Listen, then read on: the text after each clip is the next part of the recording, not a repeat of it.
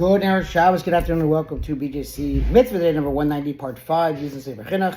Mitzvah Day keeps us on its way, and we're continuing the law of the Ervah of one's mother. It's a prohibition found in the third book of Vayikra, Parshas Acharei Mos, which we read actually on Yom Kippur.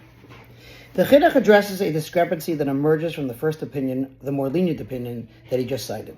Now, should you ask the following question, according to the first opinion that we just cited, why is it that in the first cases we discussed, i.e. grandmothers, the rabbinic prohibition against relations with female ancestors extends all the way up the family tree, more than it does in these two latter cases we discussed, i.e. grandfathers? Why is it that the grandmothers and great-grandmothers of a person's grandmothers, of a person's grandmothers are prohibited, okay, while the grandmothers and great-grandmothers of a person's grandfathers are permissible? Okay, got it. Okay, so in other words, the grandmother of your grandmother on your mother's side, that's prohibited, but the grandmother of your grandfather, according to the lenient opinion, would not be prohibited. So he says, the reason for this distinction is because the first cases more closely approach the prohibition of one's mother, which is the primary biblical prohibition that all these rabbinic prohibitions are designed to safeguard, as each of those cases involves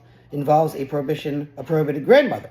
That is, they involve either the mother of a person's mother or the mother of a person's father. And in the people's minds, a grandmother is equated with a mother. Therefore, since we are dealing with a prohibited grandmother, it is appropriate in those cases to make the decree extensive so that it includes the female ancestors all the way up the family tree. But in these latter two cases involving the mothers of grandfathers, there is no prohibited grandmother to begin with.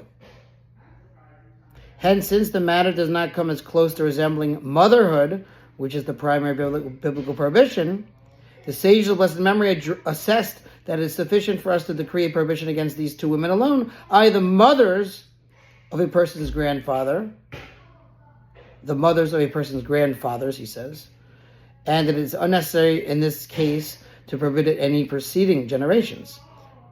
The words of wise men find favor. Okay, the Chinuch concludes, these relatives who are prohibited by rabbinic law are called shnios, secondary ones, singular shnia, meaning to say that they are secondary to those arayas, nakedness, that the Torah prohibited.